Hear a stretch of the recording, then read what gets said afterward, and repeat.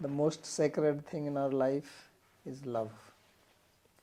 Most valuable achievement in life is love.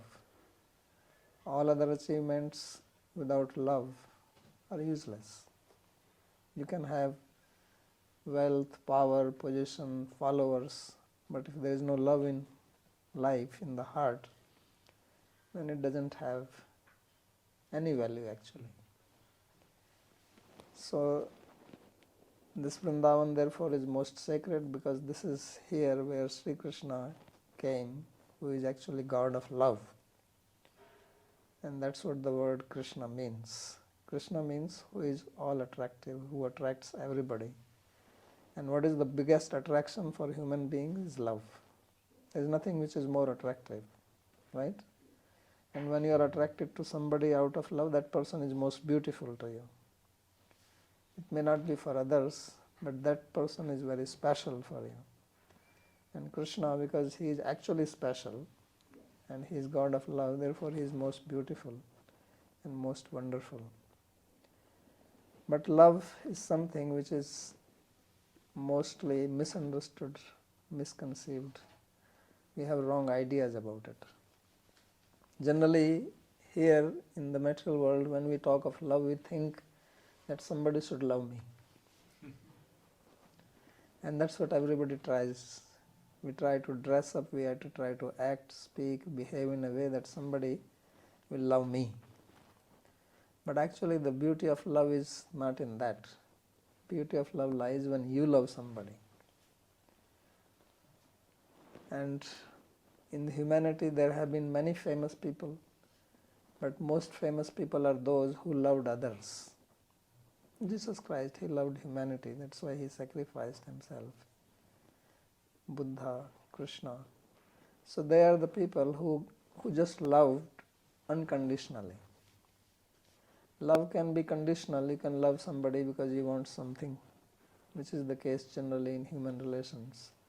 That when people love each other, they have certain conditions, known, spoken, unspoken, hidden, explicit, implicit.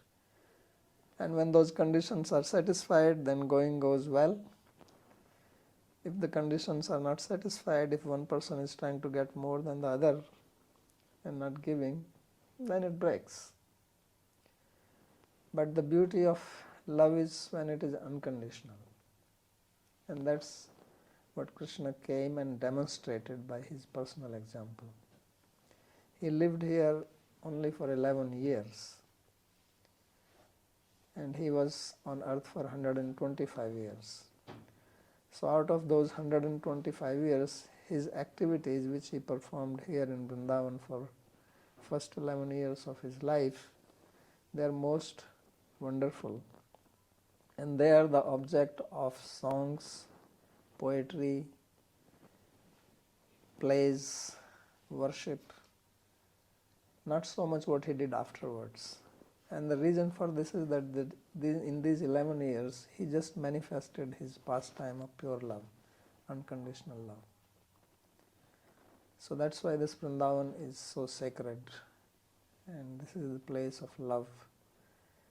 If you study Krishna's activities, his teachings, he did not teach here by speaking. There are two ways to teach, one is by speaking and one is by one's own behavior. He showed it. Later on books were written and his actions were explained by great acharyas. Sri Chaitanya Mahaprabhu came, who is Krishna himself, to teach now what he actually did. So this is most wonderful to know this, because we all want to be happy, right? We have many differences in our life. Somebody wants to become professor, somebody wants to become business person, somebody wants to be CEO of some company or something. But there is one thing where we have common ground, and that is we all want to be happy. It doesn't matter what your belief system is. It doesn't matter what your nationality is, what your age group is, what your gender is, what your creed is. One thing is that you want to be happy. And happiness, generally we think that it comes from sense objects. Therefore we try to accumulate. Everybody works for money, especially these days. This is a common belief, although nobody has taught this to us, but we think that money will make me happy. But this is very much a misnomer. It's far from truth. Money has its value. It's not that it doesn't have importance. But you cannot buy happiness with money. Happiness comes from love. And therefore we always strive for that. At the end of the day, you can have all amenities, all kinds of wealth and people around you, but if there is no love, then you are bored and you are hankering for that intimate relationship. So this is what Sri Krishna taught here. In the material world, if you love somebody, that object of love is temporary. Because we have bodies which are temporary. And even that temporary bodies, they change with time. Somebody who looks very beautiful to you today, after 15-20 years, will be different. And sometimes much earlier. But God never changes. So He is eternal, and He is eternally beautiful and eternally youthful, which we want. We all want to live, right? Nobody wants to die unless somebody is depressed and somebody is in a very bad situation. Nobody wants to die. We want to live. Even people who are very old and they may be even paralyzed, still they want to live. But what is the purpose of living if there is no love in it? So living is important, and we all, as they say, that we have the survival instinct in us. But simply surviving doesn't mean much. The tree survives much more than us. There are trees which are few thousand years old. But what does it do? So the purpose of living is love. And that's why we want to live. We want to live so that we can have that love. And that is Krishna. We also want knowledge. There is a natural tendency to have knowledge. Wherever you go, you want to know. We are very curious all the time. And then we want to be happy. So these are the three things which are common to all human beings. That we want to live, we want to have knowledge, and we want to be happy.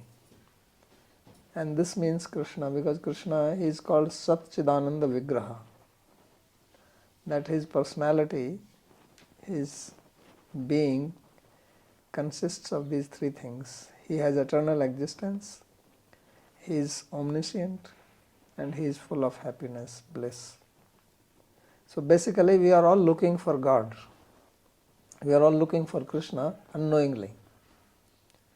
Because no one will say that, no, I don't want to be happy, no, I don't want to live, or I don't want to know. But we do it in an unplanned manner. So our Shastra, our scriptures, they teach it how to do it in a planned manner, so that you can actually live happily and know what is the purpose of life. And then you really feel fulfilled in your life. You have achieved the mission of your life. So that is Vrindavan. This is what Vrindavan is all about.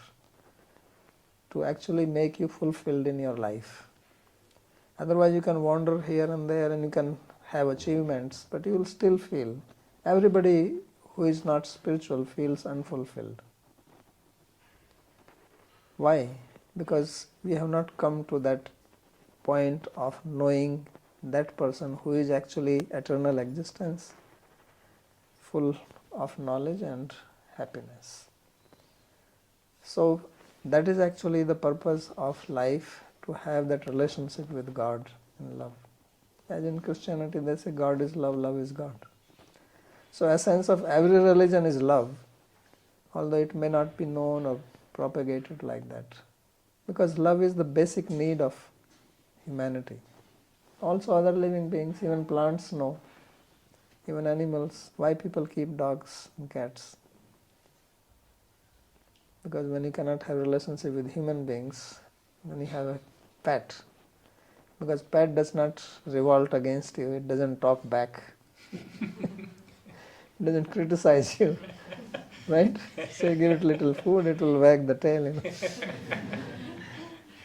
But why there is so much need for people to have pets? Because there is a need for love, and that is not coming from human beings. Unfortunately, at present, our whole society has become so impersonal.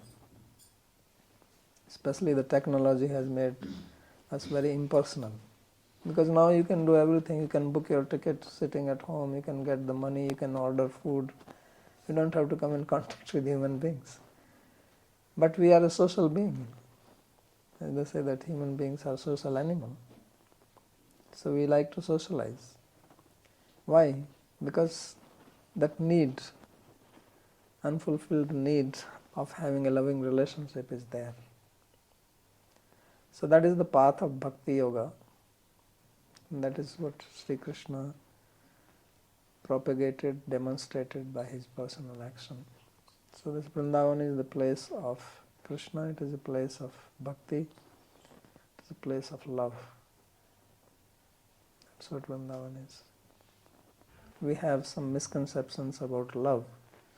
That one is that love is very easily available, and somebody should love me, and I am actually qualified to have love.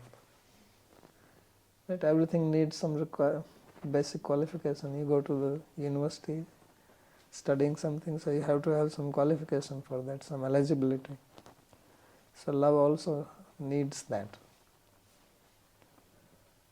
And people want, but because they don't have that eligibility, that's why there is a problem in the relations. So this is training for that, so that you can love God and His creation, His being. And that only can bring complete satisfaction to our mind, and it's good for everybody. Now you see everywhere there is strife, whether it is one's own family or the nations.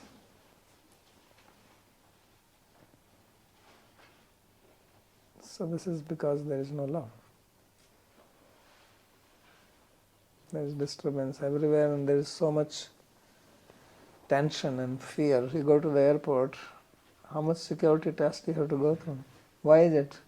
This was not like that 40 years ago. You could just walk.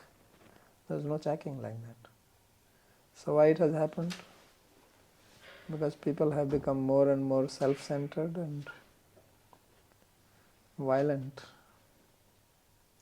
So we are fearing at every step what can happen.